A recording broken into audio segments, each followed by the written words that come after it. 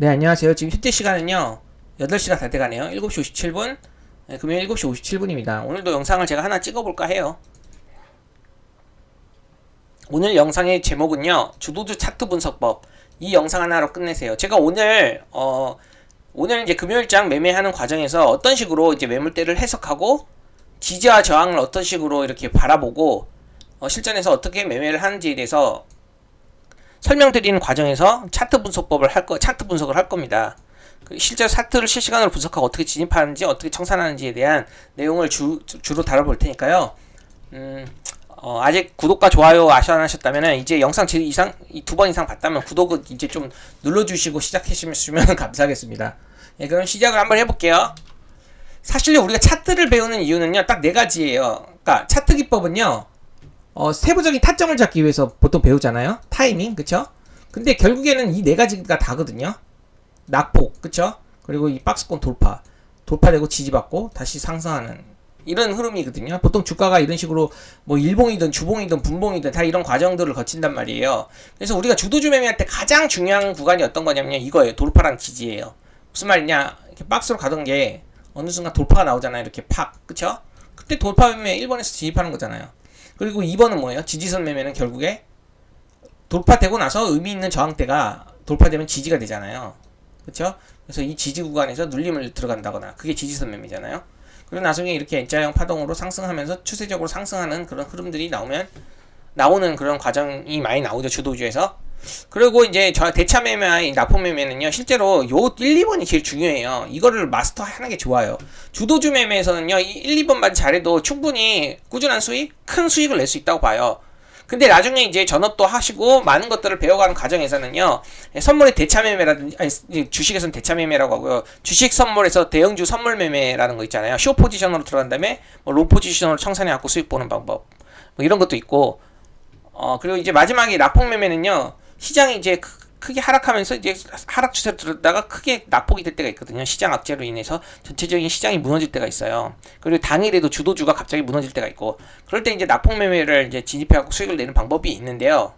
근데 이 두 가지는요, 사실상 배워야 되는 건 엄청 많은 거에 비해 뭐라고 해야 되지, 그거를? 투입 대비 산출? 네, 투입 대비 산출이 좀 적은 것 같아요, 이 두 가지는. 그래서 제 개인적으로는 이 두 가지를 먼저 마스터하고, 나중에 진짜 여력이 되시면요, 요 네 번째 것도 배우시기 바랍니다.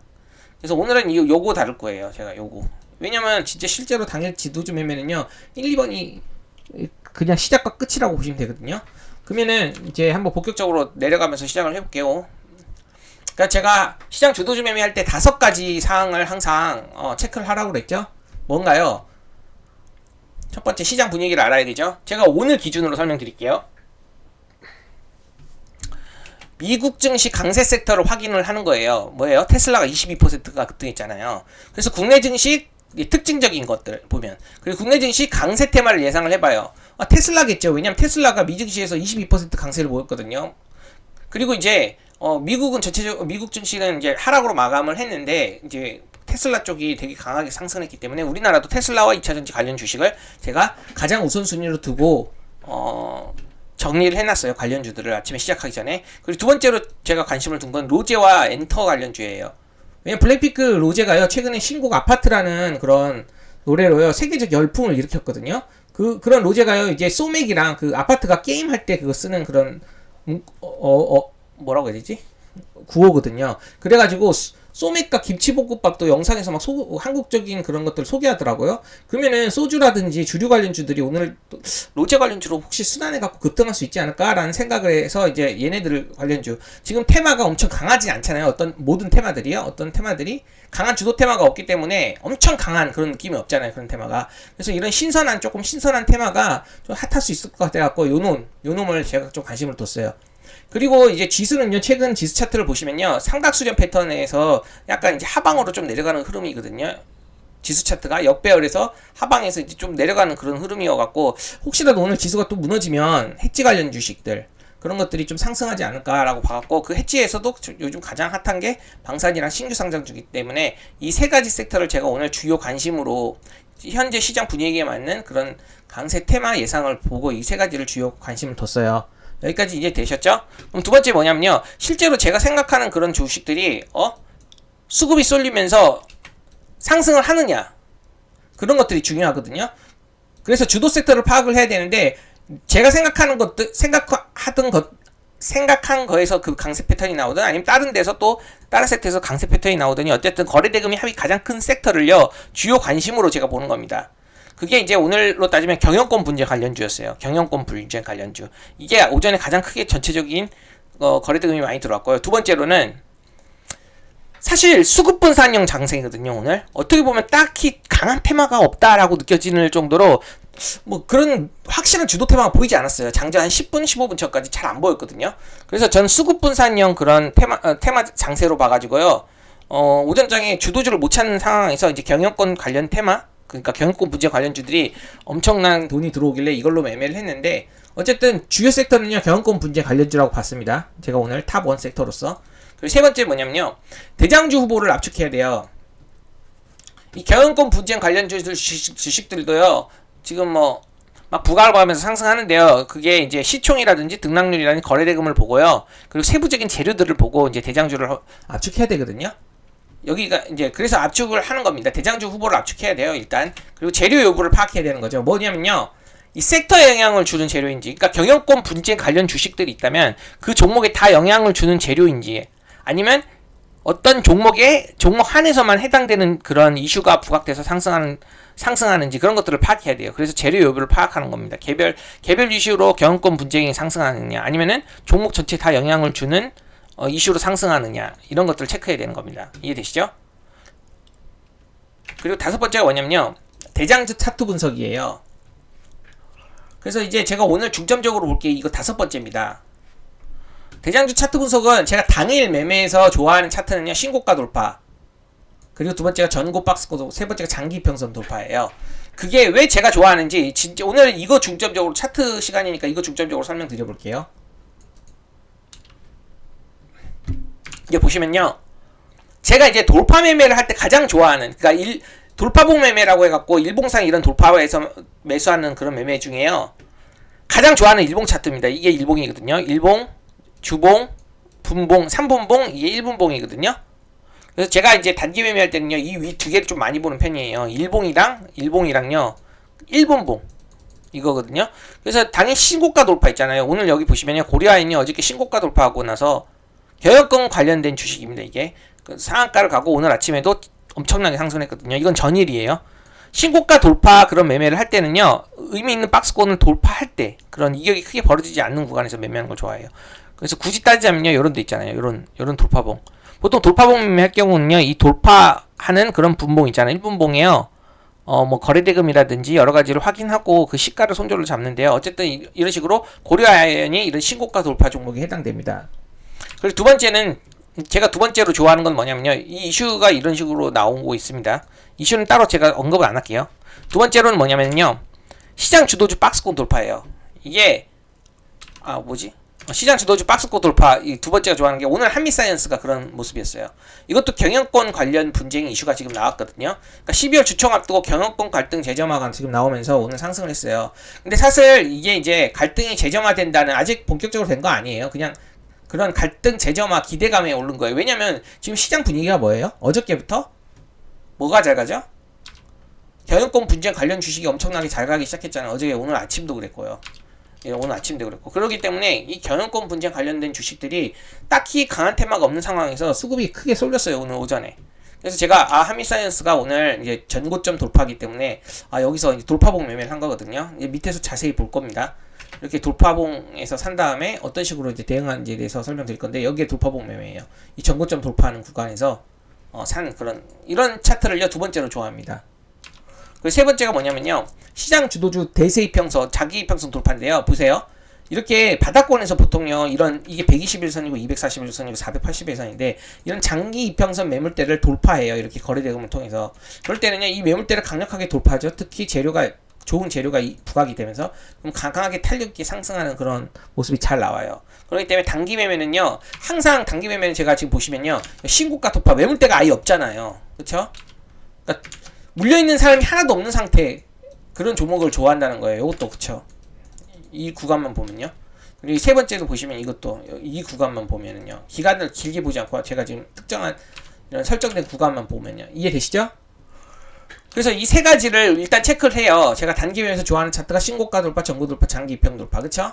이 세 가지를 일단 체크를 할 텐데, 여기서 질문이 이제 있어서 제가 설명드리면서 설명할게요. 제 질문을 여기 다 써봤어요. 오늘 질문들을 제가 답변하는 과정에서 이 내용들을 다루게 되었습니다. 여기 보시면요. 당일 매매에서 일봉상 신고가, 전고점 돌파, 바닥권 대세 입장선 돌파. 제가 이걸 왜 좋아해요? 봤죠? 이렇게 매물대가 깔끔하게 없잖아요. 한번 이렇게 다 돌파해보면 상승이 크게 나오잖아요. 그러니까 보시면요. 일단은 일봉상요. 보통 매물대 안에 갇힌 차트 있죠. 여기 매물대 안에 같은 거죠. 예를 들면 일봉을 제가 여기를 박스권으로 볼게요. 이렇게요. 이걸 박스권으로 보는 겁니다. 안을요. 이해되시죠? 여기까지.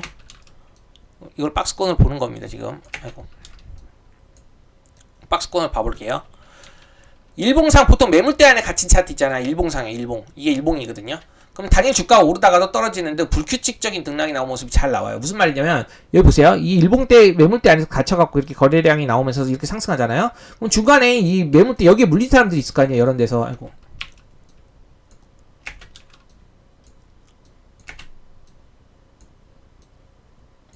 네, 여 중간에 이런 데서 물린 사람들이 있을 거 아니에요. 여기요. 그러면 여기 이렇게 상승하다가도 윗꼬리가 달리면서 막 밀려요. 그리고 또 여기에 또 물린 사람이 있을 거 아니에요. 그럼 또 상승하다가도 또 여기 또 물리고. 그러니까 한마디로 이렇게 오르다가도요. 당일 이렇게 이 일봉 차트상 매물대 안에 갇힌 이런 구간에서 이렇게 상승하는 종목들은요.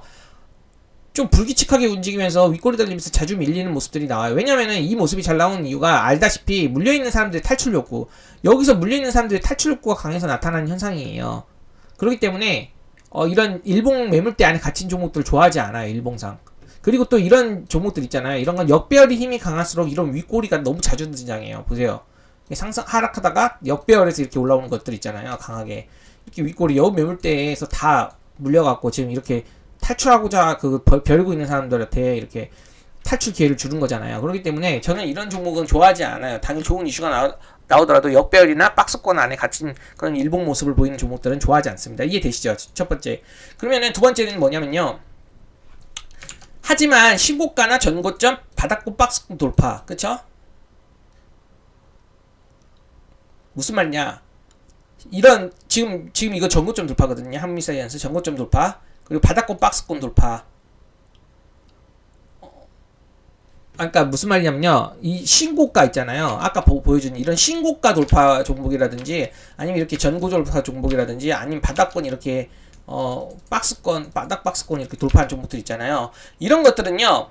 한동안 물려있는 사람들이 매물을 모두 소화하고 상승폭이 크게 열려 있어요. 예를 들면 지금 여기 돌파했잖아요. 그쵸? 그러면요. 이제 여기 매물대를 다 돌파했기 때문에 이제 물린 사람이 없어요. 그렇기 때문에 이제 여기서는요. 이렇게 상승 탄력이 잘 나올 수 있다는 뜻이에요. 왜냐면 그동안 물린 사람들 매물을 다 소화했거든요. 이런 조정을 통해 가지고. 그렇기 때문에 상승폭이 크게 열려있기 때문에 일봉상요 이렇게 의미 있는 박스권을 돌파하는 그런 모습들이 나오는 차트를 좋아합니다. 왜냐면요 단기 매매시요 이런 구간에서는요 매물대를 돌파하게 될 때 위로 크게 상승할 수 있는 여력이 크고요. 이게 당연히 주도주라면 특히 잘 흔들리지 않고 차트가 잘 맞아떨어지면서 움직이는 경향이 강하거든요. 그래서 제가 이런 신고가 전고점 바닥권 박스권 돌파를 좋아합니다. 깔끔한 거, 아무도 물리지 않는 매물대가 깔끔한 거, 이 기간 어느 정도 이렇게 설정하는 그런 박스권 안에서 이해되시죠? 두 번째까지 이해되시리라고 볼게요. 그럼 제가 여기서 질문을 주셨어요. 뭐라고 줬냐면요. 박스권으로 보는 기간이 어떻게 설정해야 되는지 일봉상요. 그리고 이렇게 차트를요. 이렇게 제가 이 정도 차트만 봤잖아요. 1, 2, 3, 4개월 정도만요. 근데 보통요. 이걸로 한번 볼게요. 제가 박스권을 지금 이렇게 봤잖아요. 이렇게 보면 이게 박스권으로 보이잖아요. 그쵸? 근데 이렇게 보면 이거 박스권은 여기로 볼 수도 있는 거잖아요. 그쵸? 아니면 여기로 볼 수도 있고. 여기로 이렇게 볼 수도 있고요. 크게 보면 여기로도 볼 수 있는 거잖아요. 그래서 이 기간에 어떻게 박스권을 설정을 해야 되는지, 어떤 게 합리적인지 물어보신 그 질문이 하나 있는 거예요. 이해되시겠습니까? 그리고, 신고가보다 높은 가격이 있을 때도 보통 얼마만큼 크기를 박스권으로 보는지, 같은 질문입니다. 얼마만큼? 그러니까 이거를 만약 여기로 본다면 여기 돌파하면 신고가일 거 아니에요. 근데 여기로 보면 여기를 돌파하면 신고가잖아요. 그러니까 그거 기간을 어떻게 설정하는지에 대해서 저한테 질문을 주신 거거든요. 그래서 지금 제가 영상을 제작하면서 지금 설명을 드리려고 하는 겁니다. 보세요. 매물대와 박스권에 대한 해석은요, 두 가지 관점으로 제가 설명을 해볼 수 있을 것 같아요. 첫 번째로는요, 이걸 보면서 이전 일봉들의 매물대 거래 대금이 크지 않은 것. 그러니까 여기 보시면요, 이건 주봉으로 보는 거예요. 이 LK 삼형을 주봉으로 보는 거고요. 이 한미사이언스를 주봉으로 보는 겁니다. 그러니까 이전에 매물대 거래 대금을 보시면 거래 대금 바닥인 거 아세요? 거의 되게 없죠, 별로. 그렇죠? 근데 여기 최근에 크게 나왔잖아요. 그렇기 때문에 이전에 이런 주봉상이요, 이런 매물대 구간에서요, 거래 대금이 크지 않은 거는요, 물려있는 사람들이 적다고 보시면 돼요. 왜냐면은 여기서 거래가 많이 나오지 않았기 때문에 그렇게 많이 물려있는 사람들이 없는 거예요. 그래서 이거는 약한 매물대예요. 제가 이거를 매물대를 약하게 보는 거예요. 그렇기 때문에 여기 보시면 최근 도움 크게 나왔잖아요. 이 매물대에 대한 소화는 이미 다 끝났다고 보는 거예요, 일봉에서. 왜냐면 이 정도의 거래 대금은요, 충분히 여기서도 소화가 됐다고 보거든요, 저는요. 이런 구간에서. 그렇기 때문에 요거는 약한 매물대이기 때문에요, 여기에 좀 이슈가 또 부각이 되고 좋은 이슈들이 부각이 되고 재료가 나온다면요, 이거는 그냥 순식간에 올라갈 수 있어요. 이 매물대 뚫고. 이해되시나요? 그래서 지금 이 구간을 이제 다시 돌파하기 어렵지 않다는 거예요. 이 매물대의 영향은 크게 없다는 거예요. 왜냐면 거래가 적기 이렇기 때문에 매물대의 힘이 약하기 때문에. 매물대의 힘이 큰 거는요, 이렇게 거래 대금이 크게 나온 것들은 좀 돌파하기가 힘들어요. 왜냐면 그만큼 물린 사람들이 많기 때문이에요. 여기까지 이해되시나요? 두 번째 보겠습니다. 이전 일봉들의 박스권에 갇혀있는 매물대 거래 대금이 크지만 이렇게처럼 한미사이언스 보세요. 최근에는요, 몇 개월 정도만 봤을 때는요, 이걸 박스코드 본다면은 별로 이렇게 땡겨서 이 정도만 본다면요, 그쵸? 이걸 박스코드로 볼 수도 있잖아요, 작은 거요. 그렇지만요, 조금 이렇게 제가 길게 땡겨갖고 한 1년치를 볼게요. 근데 1년치를 봤는데 박스권에 그 매물대 거래 대금이 커요. 여기 보시면, 그쵸? 여기 매물대 여기. 그러면요, 이거는 시간이 이렇게 오래 지나죠. 만약 막 3년 4년이 지나면요, 사실 매물대 힘이 좀 약해지거든요. 기간 조정이 충분히 매물대 소화가 되거든요. 근데 지금은요, 1년밖에 안 됐잖아요. 그래서 1년밖에 안 됐기 때문에 아직 이 매물대는요, 유의미한 매물대라고 보는 거예요. 그렇기 때문에 실제로 이렇게 돌파할 때요, 여기서 막힐 겁니다. 만약에 이게 좋은 이슈가 나온다 하더라도 이렇게 거래대금이 크게 터지면서 물린 사람들이 많은 구간이잖아요. 여기서 개미 무덤들이 많잖아요. 그래서 언제든요, 본전을 주면 탈출하려고 버리는 사람들이 엄청 많을 거란 말이에요, 여기에요. 그렇기 때문에 아무리 좋은 이슈가 나온다 하더라도 여기 매물대를 소화하고 다시 올라가려면요, 시간이 조금 걸리거나 쉽지 않다는 뜻이에요. 여기는 보세요, 거래대금이 없기 때문에 매물대 힘이 약하잖아. 이건 언제든 좋은 이슈가 재료가 나오면요, 그냥 뚫고 올라갈 수 있는 그런 힘을 가지고 힘을 가지고 있는데 매물대 힘이 약하기 때문에 여기 매물대 힘이 강하단 말이에요. 이렇게 거래대금이 크잖아요. 그렇기 때문에 이거는 쉽지 않다, 돌파하기가. 이렇게 보시면 됩니다. 정말로 돌파하려면 엄청 초대박 이슈가 나온다든지 아니면은 이거를 소화하기 위한 어느 정도 흔들기 과정이 필요하거든요. 그래서 제가 요거를요, 이 매물대의 힘을 좀 강하게 보는 거예요. 여기는 좀 이해되시나요? 그렇기 때문에 제가 이제 차트 보세요. 최소 2년 기준으로 박스권을 보는 편이에요. 지금 이거 1년이거든요. 1년 안 됐잖아요. 그렇기 때문에 이건 유의미해요. 2년이라고 하는 거는요, 이제 LK 삼형으로 한번 다시 보여드릴게요. 2년이라고 하면요, 여기 보세요. 지금 여기 1년, 2년, 3년, 4년, 5년, 6년, 7년이죠. 그쵸? LK 삼형은 최근에 여기 거래대금도 없는 그 매물대를 이미 저는 이 매물대는 의미 없다고 생각해요. 지금 다 뚫었기 때문에 한번 이렇게 돌파하고 이제 지금 여기 매물대가 중요하겠죠. 근데 보시면은요, 그 전에 1, 2, 3, 4년 있잖아요. 여기도 있잖아요, 매물대가요. 근데 이 매물대는 의미가 없어요. 왜냐면 저는 2년으로 보잖아요. 2년 기준으로. 요것도 사실 의미가 없는 건데, 그나마 이제 3년 기준으로 본다면요, 요것도 의미가 없어요. 거래대금이 별 그렇게 크지 않으니까. 그러니까 이 정도로 보는 거죠, 2년. 그쵸? 그렇기 때문에 이렇게 보고 이제 저는 박스권 최소한 2년 기준으로 본다는 거예요. 여기겠죠? 그리고 이제 그 2년 전에 이 2년 전에의 매물대는 이 크게 의미가 없다고 보는 거예요. 이 부분은요.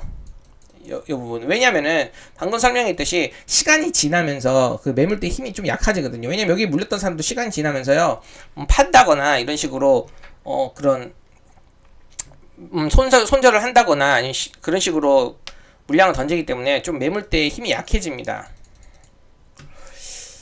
그래가지고 저는 이제 이거를 2년 기준으로 보고요. 2년 이전에 있던 차트는요, 매물대 힘이 약해졌다고 판단해서 크게 고려하지 않다는 뜻이에요. 근데 요건 2년이 아니잖아요. 2년이 지난 게 아니기 때문에 요건 좀 매물대로서 의미가 있어요. 여기까지 이해되셨나요? 그래서 매물대 해석을 할 때는요, 저는요, 보세요. 여기 보시면 박스권은 어느 정도로 보냐면요, 주봉상 2년 정도. 이거는 제 나름의 기준인 거예요. 사람마다 기준이 다 다를 수 있어요. 그쵸? 2년 정도 보는데요. 2년 정도도 받는 3년 정도 받자. 3년 정도 본다고 칠게 그냥. 3년 정도도 받는데 이 매물대는 왜 의미가 별로 없냐. 거래대금도 크지 않기 때문에 그런 매물대 힘이 약하다고 보기 때문에 이것도 큰 의미가 없다고 보는 겁니다. 그래서 그냥 이렇게 봐도 되는 거예요. 최근에 요 정도로만 봐도 겁니다. 어떻게 보면 여기 이해되시죠? 넘어가겠습니다. 이거 질문에 대한 대답은 끝났다고 생각해요. 1년 기준으로 보는 사람도 있고요. 2년 기준으로 보는 사람도 있어요. 저처럼요. 2년. 그리고 그 2년 이전에 있는 차트 매물대 힘이 약했다고 판단해서 크게 고려하지 않는다고 보시면 되는 겁니다. 실제로 이제부터 제가 매매한 내용들을 한번 실제로 이제 매매한 과정들을요 한번 설명을 해보겠습니다. 보세요. 제가 오늘 경영권 관련 분쟁 중에요 매매한 한미사이언스 돌파봉 눌림 매매 접근 관점을 한번 보여드릴게요. 오늘 오전장이요 보시면 여기 보세요. 거래대금 상위를 다 보시면요 지금 이건 좀 뒤늦게 찍어갖고 순위가 바뀌긴 했는데 고려 아연이 1등이었고 한미사이언스가 그 위에 있었어요 원래. 그리고 TA현공이 좀 밑에 있었고 TA홀딩스도 밑에 있었고 이건 가벼워갖고 상한가 그냥 가끔 장중이에요. 근데 어쨌든 보시면은요 거래대금 상위에요 포진된 것들이 대부분 경영권 관련된 주식들이 많이 포진되어 있었어요. 그걸 제가 오전장에 한 5분 10분 정도 지나고 다 파악을 했어요. 그리고 이제 실시간에서도 뭐죠?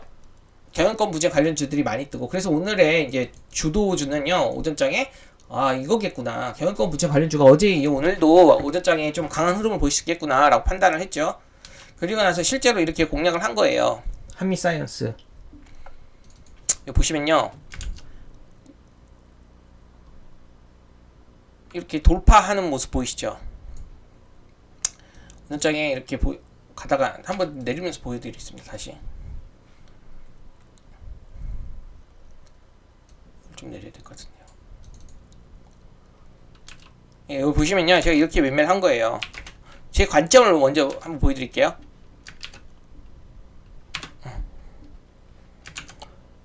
여기 보시면요 이제 오전장에 아까 처음에는요 이게 강했어요. 보시면 고려아연이요.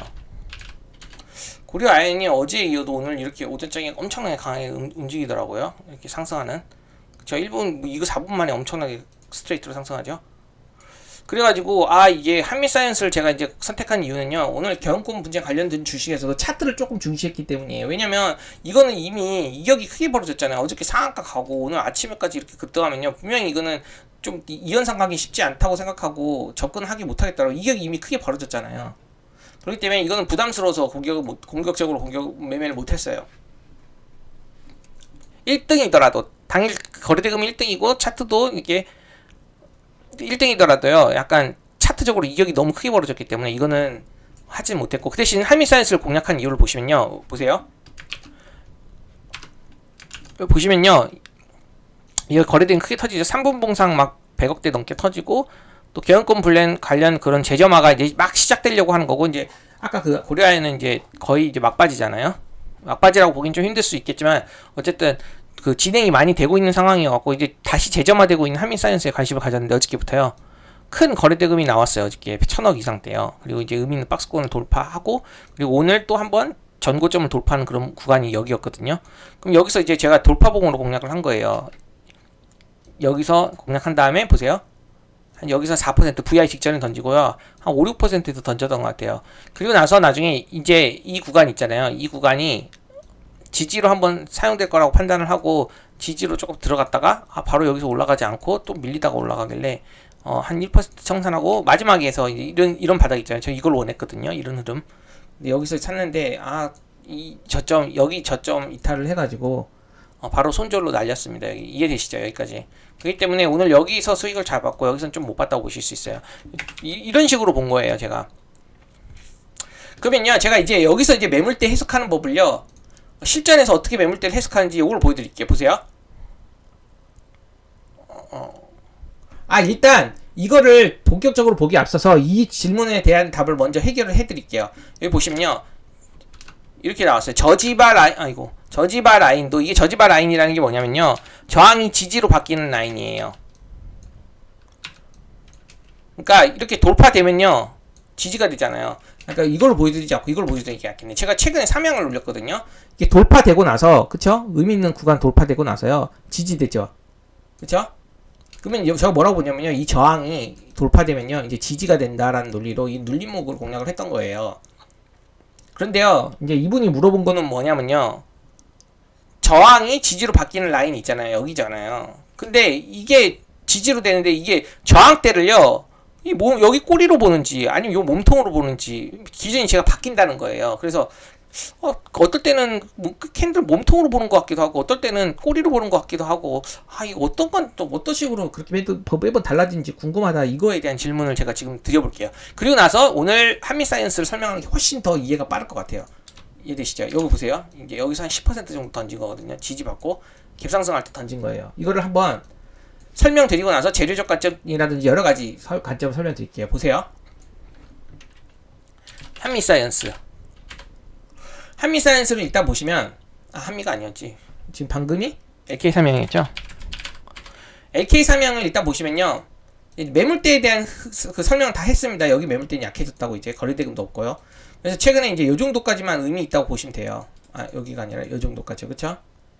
그래서 제가 이제 여기를 돌파하고 나서 이제 첫 눌림을 받는 구간이었거든요. 여기가요. 근데 이제 이분이 물어보신 게 그거잖아요. 어떻게 그 매물대를 몸통으로 보는지 보세요. 일단 이렇게 설명해 볼게요. 여기 보이시죠? 이 꼬리. 우리가 캔들을 볼 때요. 이게 캔들을 볼 때요. 캔들이 중요한 게 네 가지가 있어요. 뭐냐면요. 아이고.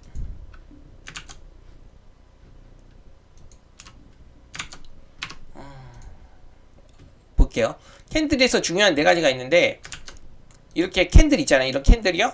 이렇게 캔들이 있잖아요. 그럼 이게 이렇게 캔들이 있으면 이게 저가고요. 알죠? 이 정도는 이게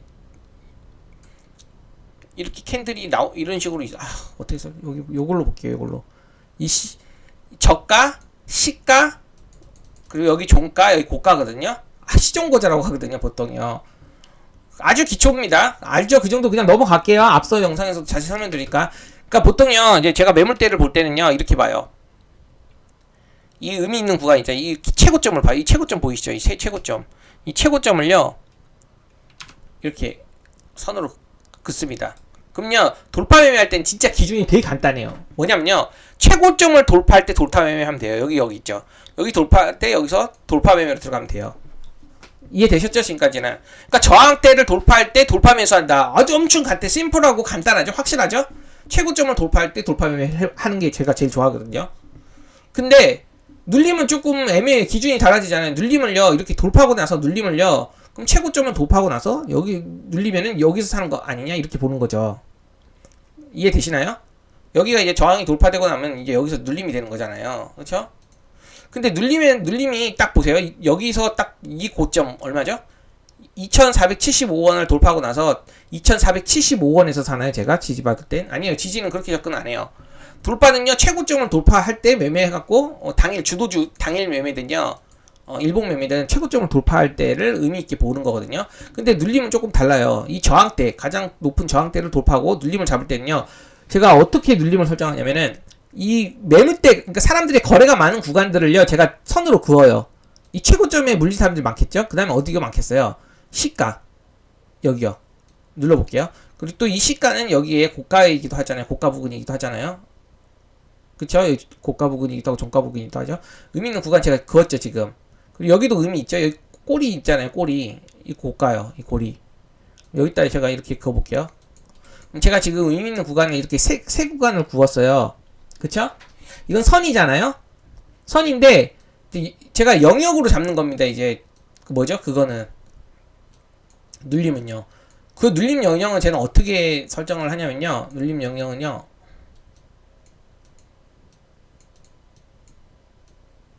눌림 영역 이 선들 있잖아요. 이 선들을요. 다 합쳐요. 적분을 하는 거예요. 선을 적분하면 면적이 되거든요. 이거 보시면요. 이 선을 제가 이렇게 다 면적으로 만들어 볼게요. 최저점이랑 최고점을 선을요. 그냥 면적으로 만들어 보겠습니다. 여기 이해되시죠? 그럼 이렇게 제가 만들어 버렸어요. 최고점과 최저점. 여기에 매물대 구간으로 매물대 영역으로 보는 겁니다. 면적으로 보는 거예요. 그렇다면요. 저는요. 이제 이렇게 보는 거예요. 이 구간이 저항대 매물이에요. 이제 딱 선이 아니잖아요. 딱 이게 저항대예요. 이거를 돌파하고 나서 눌림을 잡을 때는 이 영역을 잡는 거예요. 그러니까 이렇게 갈 수도 있는 거 아니에요. 여기서 이렇게 갈 수도 있는 거고 여기 매물대 안에서 조정받고 이렇게 갈 수도 있는 거잖아요. 그렇기 때문에 제가 매수를 할 때는요. 이 영역을요. 이 영역을 매수 영역으로 잡는 거고, 어떻게 잡냐면요.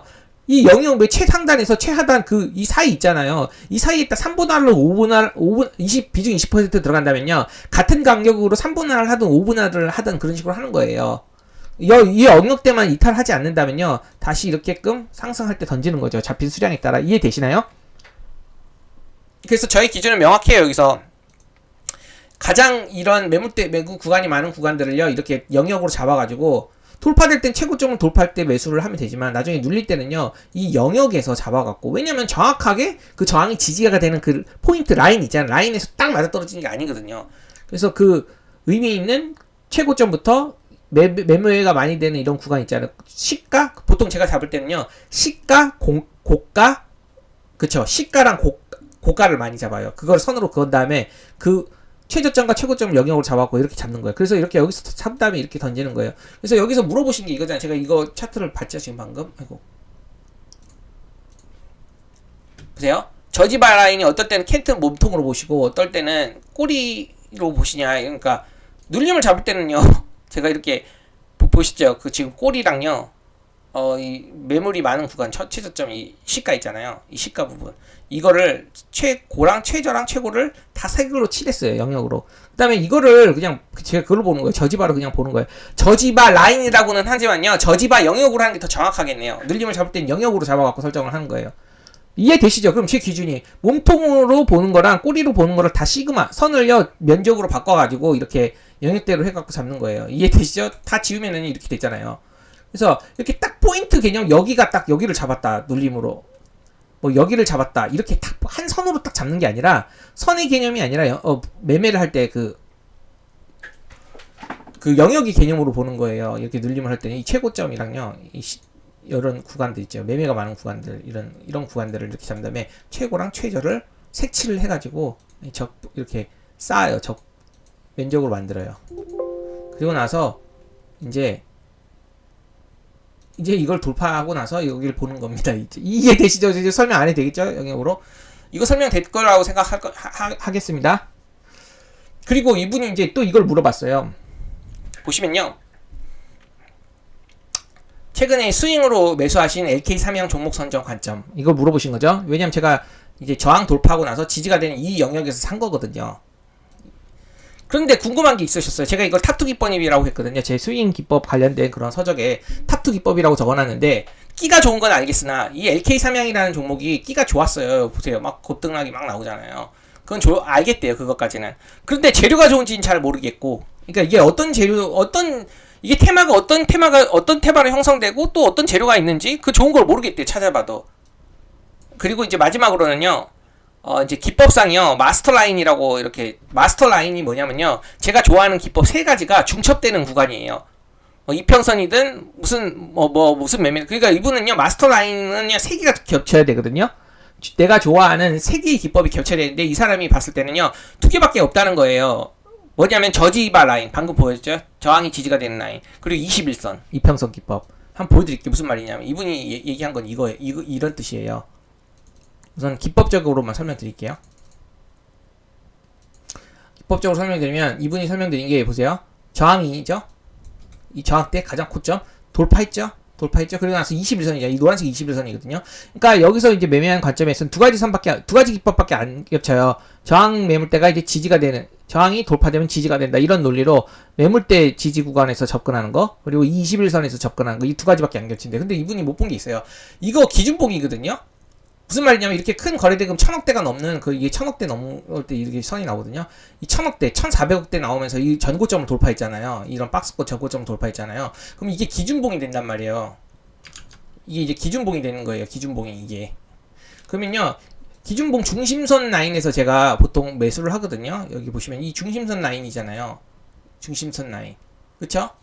그래서 이 기준봉 중심선 라인도 겹치는 거예요. 여기 보시면. 그렇기 때문에 세 가지 기법이 다 맞아요. 이 기준봉 매매까지. 이 기법이 여러 가지가 있는데 이분이 지금 기준봉 그 기법은 못 본 거예요. 21선과 이 전고 매물이 저지가 되는 이 기준봉 매매에 해당돼도 세 가지 기법이 중첩되는 구간이잖아요. 그래서 탑2 2의 제가 이제 탑2 기법은요, 마스터 라인이라고 해가지고, 제가 좋아하는 기법 3개가 중첩되는 구간, 고수들이 다 유념 있게 보는 구간을 좋아한다고 했는데, 2가지밖에 못 찾은 건데, 요거 3가지잖아요. 기준봉. 이제 이해되셨어요?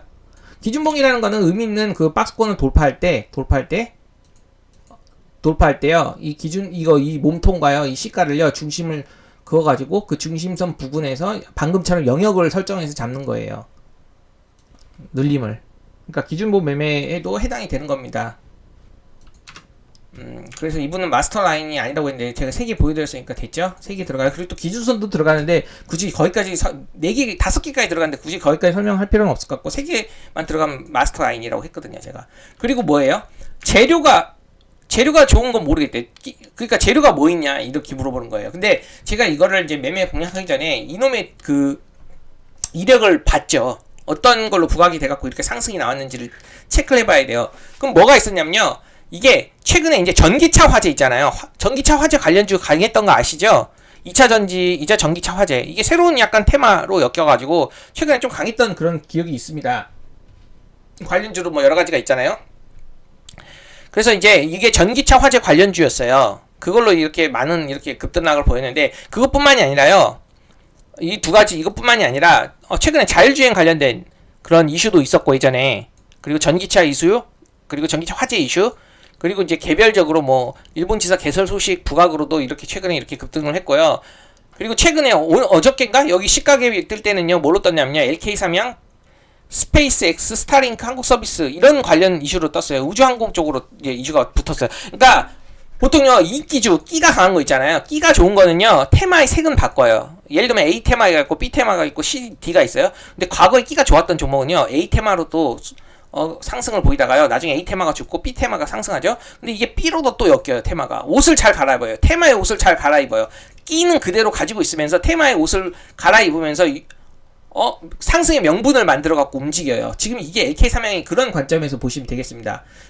그리고 한 가지 더 얘기 드리자면 최근 해지가 약간 강했죠. 그러니까 해지가 그거잖아요. 지수가 떨어질 때 상승하는 종목이잖아요. 이 LK 삼양이라는 종목이 드론 관련주이기도 해요. 왠지 아세요? 실제로 이게 드론 쪽으로 움직였다는 이슈, 그 사람들도 보는데 찌라시도 돌고, 근데 실제로 특징 이슈는 이걸로 나왔기 때문에 저는 이걸로 보고는 있어요. 근데 공식적이지 아니라 찌라시나든지 여러 가지 보면 드론주로도 많이 엮여요. 테마로 그렇게 분류해갖고 정리해서 올린 사람들도 많고요. 왜 그러냐면요. 이슈를 체크를 해보면요. 여기에 이제 여러 가지 이슈를 체크해보면 LK 삼양이 막 어쩌고저쩌고 막 나오고요. 보시면 열화상 카메라를 제조하는 신사업과 드론 신사업을 추진하고 있다. 이런 이슈가 있었거든요. 예전에. 근데 이제 사람들이 최근에 오른 LK 삼양 관련자가 이제 이렇게 오른 거에 대한 이유를 이제 설명을 하는 건데 뭐라고 적었냐면요. 최근 주가 상승은 전기차 화재와 관련해 열화상 카메라 및 머신 비전 신사업에 대한 기대감으로 이해하고 있다. 이렇게 설명을 하고 있잖아요.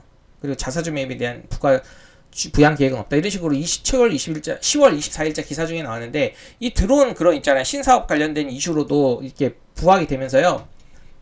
상승했다고 보는 사람들도 있는 거예요. 그래서 이건 또 옷을 언제든 갈아입을 준비를 하죠. 이제 전기차 화재가 좀 뜨문뜨문했고 죽을 것 같으면요. 요 놈은요. 이제 차트가 좋잖아요. 일반적으로. 차트가 좀 좋잖아요. 시고가 돌파 그쳐지죠. 그러니까 테마의 색깔을 갈아입고 또 이렇게 제갈기 가려고 하는 겁니다. 이런 인기주, 끼 많은 주식들은요. 언제든 테마의 색들을 갈아입고요. 움직이는 그러니까 상승의 명분을 자기네들이 만들어버려요. 그래서 지금 이거는 드론 쪽으로도 엮여 있다고도 볼 수 있는 거예요. 어떻게 보면. 여기까지 이해되셨나요? 그래서 제가 이런 얘기를 많이 했었어요. 갑자기 생뚱맞는 얘기긴 한데 하고 지나가겠습니다. 이제 저희 형수님 얘기를 갑자기 해야 되겠네. 형수님이 이런 얘기를 하더라고요, 저한테. 나는 키 180 넘지 않는 남자는 안 만나, 이러더라고요. 180 넘지 않는 남자를 안 만난대요. 근데, 진짜로, 우리 형수님이 예를 들면 180 이상은 안 만난다고 했는데, 좀 생뚱맞는 얘기인데 한번 좀 이거에 대한 약간 제가 비유를 하려고 한번 얘기를 해보는 거예요. 실제로 만약에 키 커 보이는 차은우 얼굴을 가진 178이면은 만나지 않을까요? 그렇죠? 2cm는 양보하지 않을까요? 안 그래요? 아니면은 뭐 키가 183인데 뚱뚱하고 못생긴 남자 그런 사람들보다는 아까 차은우 같은 178 만나는 게 당연한 거 아닐까요? 왜냐면 키가 절대적인 기준이 이제 우리 형수님한테 남자의 키는 상당히 중요했거든요. 본인이 작으니까. 근데 180을 넘어야지만 무조건 만난다고는 얘기는 했지만 실제로 차은우 같은 얼굴을 갖고 재산도 있고 얼굴까지 잘생겼으면 그 사람 만나겠죠. 제가 이 얘기를 왜 했냐면요. 지금 이분이 예를 들면 재료를 지금 주식에서 이제 재료를 되게 중요시 제가 생각한다고 많이 언급을 드렸었거든요. 근데 이게 재료 가치로서는 큰지 모르겠다. 이렇게 설명이 난 재료 테마 그건 강한지 모르겠다. 그래서 이건 안 하는 게 맞지 않냐. 아까 우리 형수님처럼 절대적 기준은 난 180 안 만나겠다. 이거랑 똑같은 거죠. 어떻게 보면. 이거 좀 제가 잘못 비유한 것 같은데. 다시 할게요. 가장 중요한 거를요. 키로 봤잖아요. 우리 형수님이요. 근데 주식으로는 거래대금으로 보는 거예요. 만약 이분이 거래대금으로 봤다고 칠게요. 거래대금으로. 그냥 가정하는 겁니다. 거래대금이 가장 중요하다고 자기는 생각한대요. 그 다음에 주식 차트, 그 다음에 이제 재료, 이렇게 사람들마다 거래대금을 보는 사람이 있을 거고 차트를 중요시하는 사람도 있고 거고 재료를 중요시하는 사람도 있잖아요. 그리고 우리가 예를 들면 사람을 만날 때 여자가 이제 키를 중요시하는 사람도 있고 얼굴, 또 재산, 남자의 재산, 이거 다 다르듯이요. 근데 절대적인 기준으로 이분이 만약에 거래대금을요, 나는 예를 들면 2천억 이상 나오지 않는 종목이면 안 해, 이렇게 자신만의 기준을 확고히 정했다고 쳐요. 물론 그 기준을 가지고 매매를 해도 돼요. 하지만요, 언제든 변경이 될 수 있잖아요. 나 180 이상 안 만날 거야 이랬는데 178 같은 차은우 같은 만나면 얼굴 잘생긴. 그러니까 이 거래대금이 한 여기처럼요, 한 1,500 정도, 1,200억 정도 나왔다 하더라도 거래대금 조금 양보하고 차트가 너무 좋은 거야. 전고점 돌파 늘림이잖아요. 너무 좋은 거예요. 그러면요, 약간 이 거래대금 양보하는 거예요. 이 기준을 약간. 여기까지 이해되시나요? 그리고 재산도 중요시 생각했어요. 진짜 중요시 생각했어요. 근데 이제 이거를 이제 주식으로 따지면 재료거든요. 재산도 중요시 생각했는데 키와 얼굴이 진짜 압도적으로 너무 좋아가지고 그래 재산은 좀 양보하지 이렇게 생각할 수도 있는 거 아니에요. 그쵸? 재료는 좀 양보하지 재료가 안 좋다면은. 그렇기 때문에 이 모든 조건들이 다 어떤 절대적 기준을 가지고 있는 건 아니에요. 항상 상대적인 거예요. 주식도요, 수익 나는 방법이 정확하게 모든 사람이 일치하지 않아요. 그냥 다만 자기가 좋아하는, 그러니까 자기가 수익나는 경험이 많은 그런 기법들이라든지 매매 방법들을 자신이 계속 경험하면서 정립해 나가는 거거든요. 예를 들면 최근에 경영권 문제, 제가 오늘 경영권 문제가 주도주라고 판단해서 매매를 했지만, 만약에 최근에 로제 이슈 있잖아요. 그거 되게 신선한 테마로 되게 중요시 보는 사람들도 많았거든요. 제 주위에. 좀 고수분이라고 하는 사람들도. 그러면 그 사람들이 YG 플러스라든지 이런 로제 이슈에 관련된 주식들을 막 하신 분들은요, 이 재료 가치를 상당히 높게 보고 판단을 한 거예요. 차트보다는요. YG 플러스 보면 차트도 안 좋아요. 근데 그게 재료 가치를 너무 좋게 보니까. 그렇기 때문에 제가 지금 말한 거 있잖아요. 뭐 테마가 형성한 것도 아니지 않고 뭐 재료가 좋은 것도 아니지, 그래 안 좋을 수도 있어요. 지금 제가 이걸로 설명은 했지만 안 좋을 수도 있지만 이 거래대금과 차트, 사람으로 따지면 키와 얼굴이 너무 뛰어나니까 그냥 그래 재산 조금 양보한 거예요. 재료는 조금 양보한 거예요. 그런 관점에서 이해해 주시면 될 것 같습니다. 그래서 제가 보시면은 항상 모든 것들이 다 삼박자가 맞아떨어지면 완벽하면 좋죠. 그쵸? 키도 완벽하게 크고 얼굴도 잘생기고 재산도, 이런 사람 솔직히 많나요? 많이 없죠. 주식도 많이 없어요, 이런 게. 그러니까 지속도 거래되고 빵빵하게 차트도 엄청 좋고 재료도 좋고 이렇게 완벽한 종목이 잘 안 나옵니다. 근데 그러기 때문에 어느 정도 어느 걸 양보하고 매매를 해야 돼요. 사람을 만날 때처럼요. 우리가 절대적인 이상형을 만나는 건 아니잖아요. 그쵸? 근데 제가 이 얘기가 왜 비유를 했냐면요, 이 모든 제가 항상 거래대금 기준을 어느 정도 줘요. 그쵸? 일봉상은 예를 들면 2천억, 1,500억 뭐 이런 식으로 기준봉을 설정할 때요. 그리고 분봉상으로도 제가 1분봉상 예를 들면 막 25억 이상 안 터진 거는 눌림 잘 안 한다 막 이런 얘기 하잖아요. 돌파 잘 안 한다. 그런 것처럼 기준을 주는 거예요. 하지만 그 기준이 100% 절대적 가치는 절대적으로 따라야 되는 건 아니에요. 차트가 더 좋으면 차트적으로 조금 매력이 있고 재료적으로 매력이 있으면 거래대금은 좀 양보할 수도 있는 거고, 거래대금과 재료가 좋아요. 근데 차트가 별로 안 좋아. 약간 정배열, 아까 제가 말한 세 가지 안 들어가요. 신고가 돌파, 정고 돌파 막 그건 안 들어가요. 그렇지만 거래대금과 재료가 너무 좋기 때문에 차트는 조금 양보할 수도 있는 거고요. 그런 식으로 완벽한 종목이 나올 때 비중 베팅을 하는 거고, 완벽한 종목이 안 나오더라도 이렇게 매매를 할 수 있다는 뜻을 제가 이렇게 이분한테 설명드리고 싶어서 지금 좀 장황하게 얘기를 했네요. 지금까지 이해 잘 되셨나요?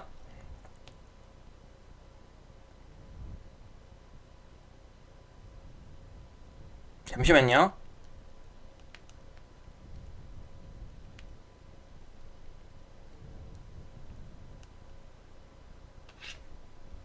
네. 그럼 제가 이걸 일단 설명드렸습니다. 그리고 한미사이언스를 다시 보겠습니다. 이제 좀 이해가 되실 겁니다. 한미사이언스 아까 이 관점을 다시 한번 보여드릴게요. 제가 이렇게 매매한 관점을. 그러면 지금 방금 내용들을 이해했죠?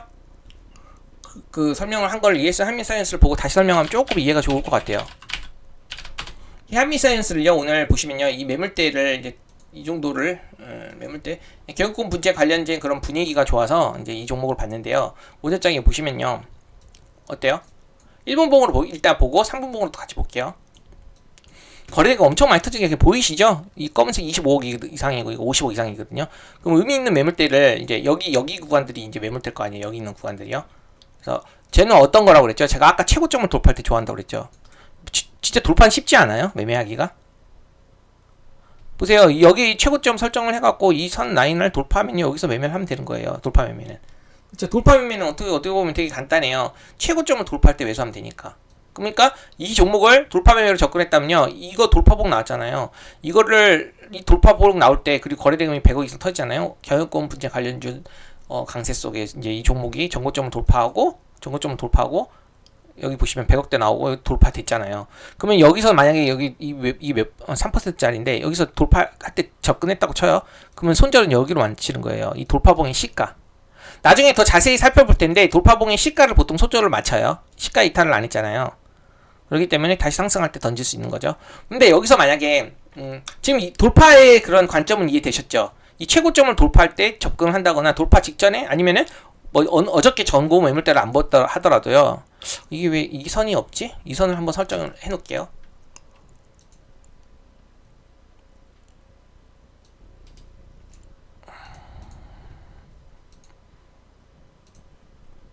하여튼 지금 선이 안 보여. 이게 여기는 설정이 돼 있는데 왜 설정이 여기는 안 돼 있지? 잠시만요.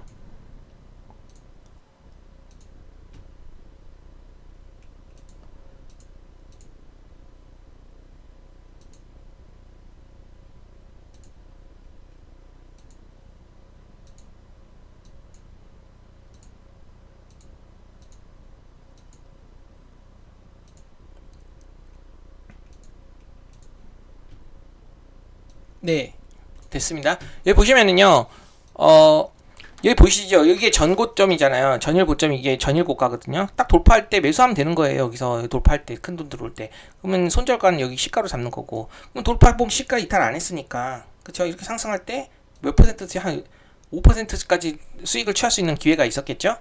돌파봉 매매는 이해가 되셨죠? 손절가 잡고 익절은 지금 여기서 설명을 안 할게요. 여기까지는.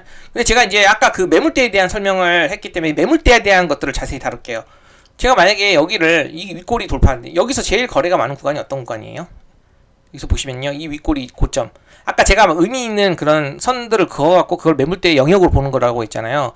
그러면 이 저항대를 돌파할 때, 이 저항대를 돌파할 때가 최고점이기 때문에 당일 돌파 매매할 때 여기를 해볼 수 있었던 거예요. 하지만 나중에 이제 눌림을 들어갈 거 아니에요. 요거 돌파봉이 된다면, 이제 이게 돌파봉이 된다면요, 영역을 잡아서 눌림을 잡아야 될 거 아니에요. 그럼 눌림을 어떻게 잡냐면요, 영역을 어떻게 설정하냐면, 이 최고점 선 라인에서 의미 있는 선들 밑에 있잖아요. 시가, 고가.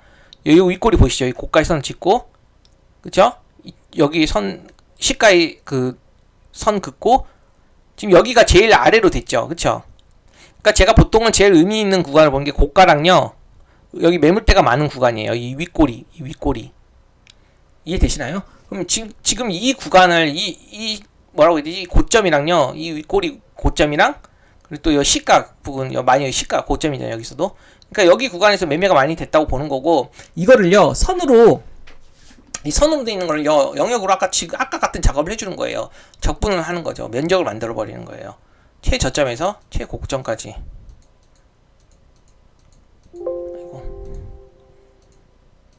이렇게. 이해되시나요? 그럼 눌림을 공략할 때는 어떻게 하죠? 이 매물대 구간을 돌파했기 때문에 이 매물대가 이제 영역이 돼갖고 지지로 접근을 하는 겁니다. 이해되셔요? 그러면 우리가 이제 여기서 보시면은 돌파되고 나서 이제 이 구간에서 안에서 어디선 떨어져 갖고 올라오겠죠. 이탈 안 하면. 그러니까 여기서 이렇게 올라가든 아니면 여기서 안에서 올라가든 어쨌든 이 구간에 샀으면 수익 아니에요. 그렇죠? 손절 이탈 안 하니까 손절가. 그래서 이 눌림을 공략할 때는요, 이렇게 매물대 구간을 설정을 해갖고 이렇게 올라갈 때 던지는 거예요. 그래서 여기서도 눌림이 맞았던 거예요. 보시면 여기 눌림도 맞잖아요. 이해되시죠? 눌림으로 접근했어요. 이 기준봉 안에서. 그리고 나서 이제 내가 나중에 이제 이 구간이 다시 또 지지를 한번 받지 않을까 생각해갖고 이런 데서 이제 공략을, 이게 전이고가 부분이기도 하거든요. 근데 이제 여기서 올라가면서 이제 베스트로 올라가는 게 제가 최근에 설명했던 것처럼 이런 모습이었거든요. 이렇게 가고 이렇게 가고 이렇게 가는 거였거든요. 이렇게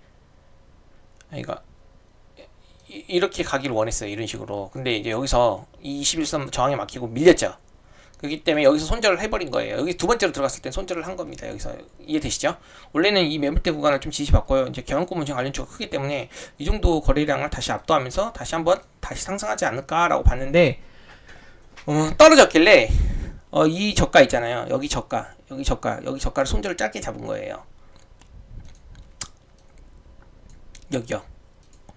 보시면요, 이제 제가 이 관점에서 들어가는 거 이렇게 쓰리바닥으로 본 거거든요. 이렇게 가길 바랬거든요. 이런 식으로 위에서 올리고 여기가 그때 손절을 짧게 잡는 겁니다. 왜냐면 여기 이탈하면은요 좀 어렵다고 판단을 했거든요. 근데 실제로 이탈을 했어요. 3분 봉상도 여기 좀 지지받고 올라갈 만한데 다시 그 테스트를 할 만한데 전부 다시 테스트 못했어요. 그리고 왜 제가 이거를 한 15%까지 받는 줄 아세요? 아까 원래 저는 이게 장중에 15%까지는 올라갈 거라고 봤어요. 13%까지 올라갔거든요. 실제로요. 여기 보시면요, 여기 13%까지 올라갔잖아요. 왜 15%? 아까 그 매물대 이해를 다시 한번 볼게요. 제가 2년간 여기 거래 크게 터진 매물대인 거 아시죠? 그럼 이 매물대 구간 여기 보시면요, 여기서도 고점을 볼게요. 이 고점에 또 선을 그어봐요. 여기가 가장 큰 저항이죠. 그리고 사람들이 거래가 많았던 데를 한번 이렇게 선으로 그는 겁니다. 여기가 이제 또 여기 고점이잖아요. 여기 고점이잖아요. 그리고 또 여기가 시가잖아요. 여기 시가잖아요. 선 걷죠.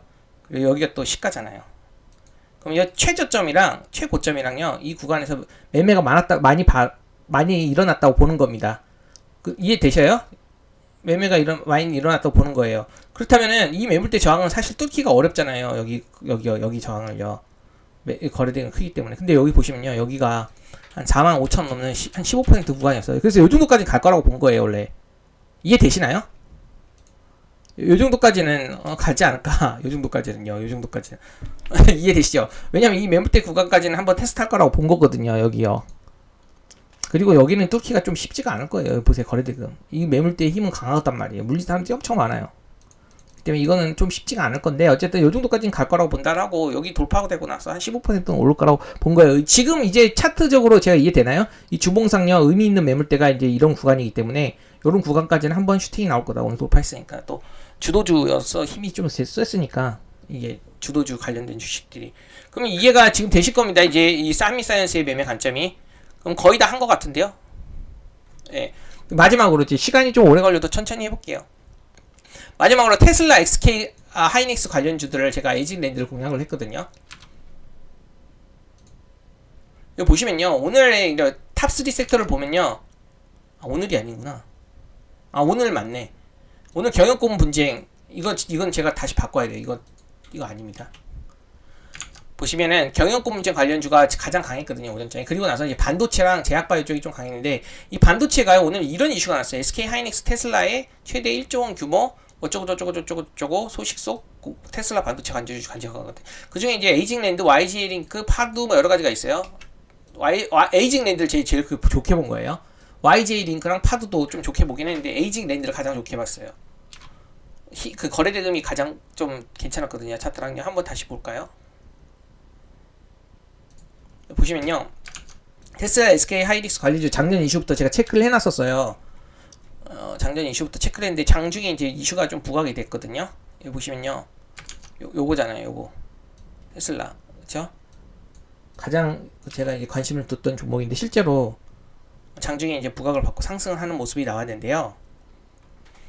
볼게요. 이제 요걸 마지막으로 분석하고 마무리 칠게요. 테슬라, SK 하이닉스 관련주 에이징랜드, 이게요, 보세요. 5장에 돌파했죠. 이 매물대를요. 지금 제가 매물대 그거는 방법 알려줬죠? 이 의미 있는 구간을 여기로 본 겁니다. 그래서 이렇게 돌파는 뭐라고 했죠? 이 최고점을 돌파할 때 공략하는 거죠. 이 돌파, 그쵸? 그리고 돌파할 때의 그런 그 돌파봉 매수는 시가를 손절을 잡으면 돼요. 일단 그 정도로만 알고 있어요. 나중에 이 돌파봉 매매에서도 비중 베팅과 관련해갖고 한 4시간, 6시간 정도 제가 만들 수 있는 그 정도를 설명을 해야 되는 아주 디테일이 있는데 여기서 다루지 못하겠고, 여기서 그냥 간단하게 이 돌파봉에서 매매를 하게 되면요, 거래 터진 돌파봉에서 매매하면 시가로 잡는 거예요. 의미 있는 최고점을 돌파할 때 잡으면 되잖아요. 그 돌파하는 그런 시가를 손절로 잡는 거죠. 근데 이탈 안 하잖아요. 이탈 안 하고 전 상한가 갈 줄 알았어요. 그거에 대한 생각은 지금 밑에서 설명해 볼게요. 상한가 붙이기 전에 밀렸어요. 거의 상한가까지 갔어요.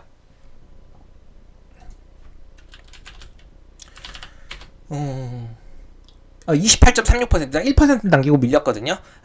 여기서 그냥 바로 굳혀야 돼요. 그렇지 못하면 이거 하락해요. 상한가 붙일 만한 차트 구간에서 차트를 붙여야 돼요, 이렇게. 그래서 저는 이렇게 던진 거예요. 여기서 못 붙이더라고, 상한가를요. 그래서 그냥 던져버렸어요. 그리고 제가 이거는 아까 제가 좋아하는 세 번째가 뭐라고 그랬죠? 대세이평선 돌파죠. 이게 전고점이자 대세이평선 돌파 구간이잖아요. 장기평선 박스권 돌파하는 구간이란 말이에요, 여기서요. 세 번째로 좋아하는 거. 근데 이게 이슈가 붙었어요. HG랜드, SK하이닉스, 테슬라의 1조 규모 AI 서버 필수 아이템 ESSD 공급 소식의 강세. 그러니까 제가 오늘 주요한 그런 이슈로서 테슬라 관련 이슈를 좀 중요하게 봤는데, 이 에이징리가 테슬라에 엮였는데, 테슬라만 엮인 게 아니라 SK하이닉스가 엮였잖아요. 그래서 제가 이제 장전 이슈로 이걸 체크를 했었던 거예요. 여기서 이제 이게 엮이고 파두까지 엮였다고요. 이 두 개가 엮였어요. 어떻게 봤냐? 제가 이슈를 보면은 이렇게 나왔어요. 제가 이제 재료 키워드에서 글로벌 협업을 되게 중요하다고 생각하잖아요. 특히 대기업일수록. 근데 보세요. 테슬라 엄청 대기업이잖아요. 미국에서. 그쵸? 전기차. SK하이닉스도 대기업이에요. 이 대기업이랑 엮였어요. 에이징랜드가. 여기 보시면 이걸 잘 읽어보세요. 오늘 이 특징 이슈 나왔을 때. 오전장에는 아까 그거 하고 있었죠. 한민이 그거 하고 있느라고 여기서 매매를 못했어요. 매매를 못했다가 오후장에 이거 이슈 내 계속 이슈를 살펴봤는데 너무 좋은 것 같아요. 그래서 상한가 한번 붙이지 않을까? 근데 좀 밀리더라고. 근데 다시 돌파하는 모습 보고 거래대금이 이때는 상한가 오늘 한번 가겠구나. 금요일인데 금요일이지만 한 번 정도는 가지 않을까 생각을 했던 거예요. 그 이유가 이거예요. 글로벌 협업 키워드에다가 오늘 테슬라 관련 이슈가 엄청 좀 괜찮다고 봐가지고 이거를 이제 에이징랜드 1등으로 보고 제가 매매를 했는데 보세요. 어쩌고저쩌고 그리고 국내 페리스기업 파두와 또 에이징랜드가 엮여가지고 상승했다 이렇게. 그러니까 파두와 에이징랜드가 협업 관련 그런 이 대기업과 협업 관련 그런 기업으로 엮여가지고 이렇게 상승세를 보이고 있다라는 이슈가 나왔기 때문에 이거 진짜 이거는 별세계 재료 키워드인데. 그리고 오늘 테슬라 22%까지 상승하고 에이징랜드가 또 차트도 좋네. 근데 재료까지 괜찮아. 그리고 이제 거래대금도 엄청 크게 나왔거든요. 이게 1등으로. 1등으로 제가 판단을 해갖고 오장이지만에도 불구하고 한번 해봤어요. 상한가같이 보려고. 근데 왜 상한가같이 붙이고 못했냐? 아까 말했죠? 여기서 이렇게 가야 되는데 N자형으로 여기서 이렇게 밀려버리면 힘들거든요. 쉽지 않거든요. 상한가 붙일 때 붙여줘야 되거든요.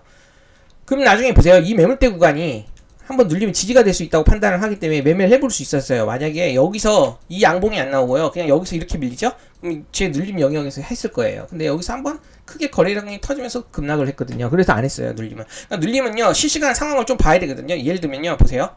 이럴 때 눌림은 피하자라고 제가 해봤어요. 이렇게 상승하다가요. 이거 안 나오고 만약에 여기서 이렇게 밀렸죠? 그럼 저는 이거 샀을 거예요. 그럼 다시 이렇게 가거든요. 이렇게 갈 가능성이 크거든요. 근데 여기 29%까지 상승하다가 이렇게 나와버렸잖아요. 음봉이 크게. 차트 좀 깨졌다고 보는 거예요. 그리고 여기 보시면 거의 고점 부근이랑 비슷하게 거래량이 터졌잖아요.